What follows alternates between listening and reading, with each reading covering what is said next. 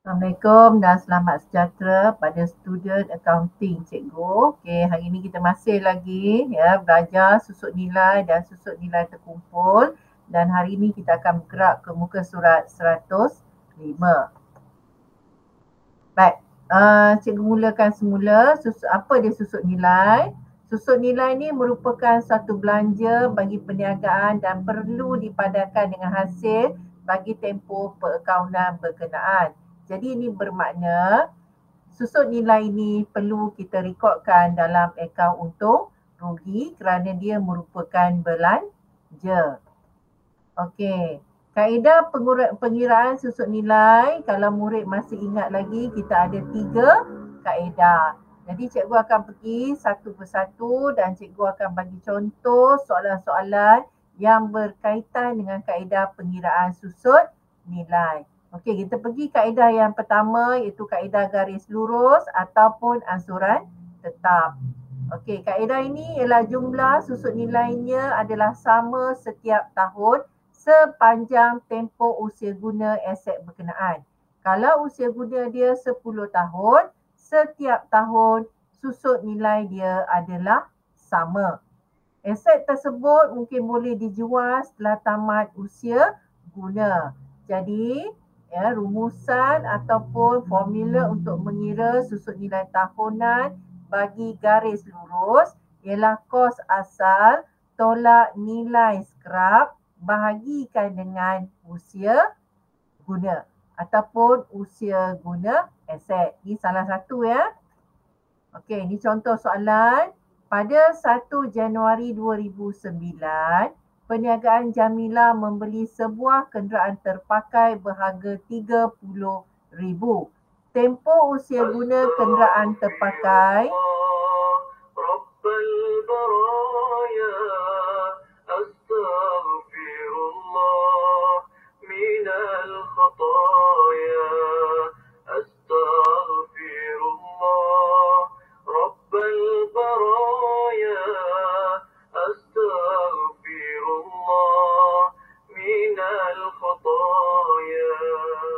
Okey, baik, cikgu sambung semula ya.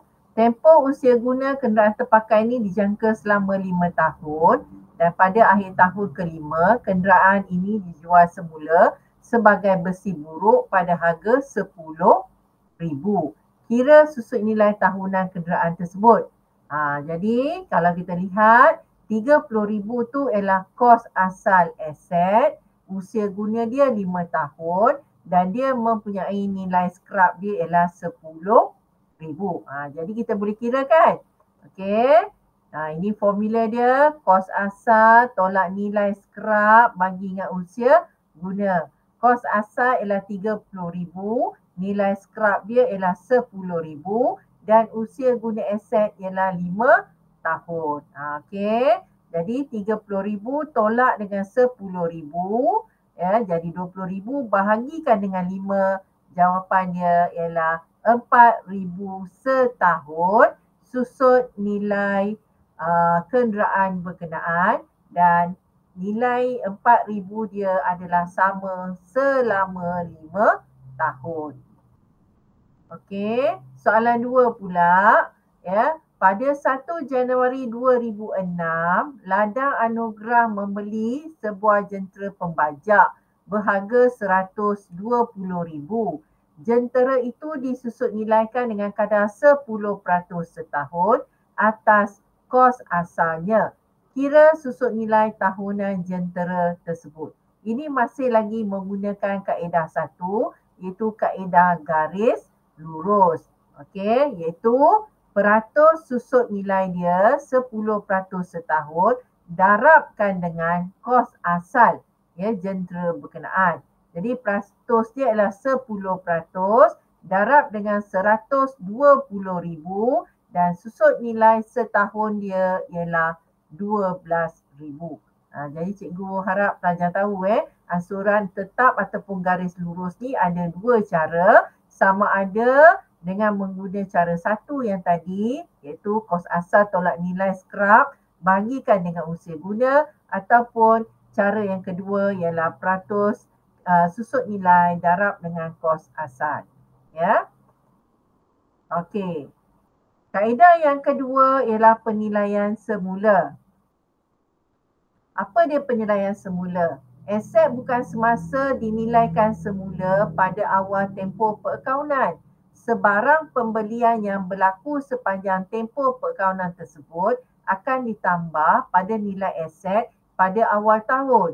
Aset tersebut kemudiannya akan dinilaikan semula pada akhir tempoh perakaunan. Ini adalah kes ataupun aset bukan semasa yang kita susah hendak nilaikan dia. Contohnya alat-alat kecil di kilang-kilang.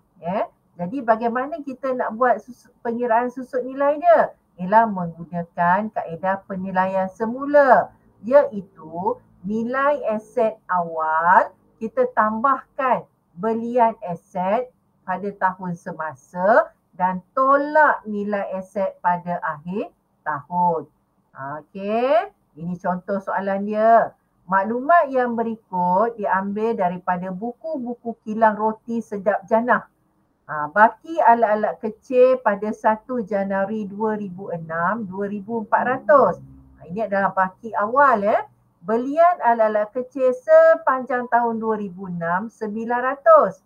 Pada 31 Disember 2006, alat-alat kecil telah dinilaikan sebanyak 2,640. Lengkapkan jadual yang berikut dengan menghitung susut nilai alat-alat kecil berkenaan. Bagaimana kita nak mengira susut nilai alat-alat kecil? Okey, mula-mula kita masukkan baki alat-alat kecil pada 1 Januari 2006. Awal 2,400. Kemudian kita tambahkan dengan yang berlian. Jadi 2,400 tambah 900 dapat 3,300. Kita tolakkan nilai alat-alat kecil akhir iaitu 2,640.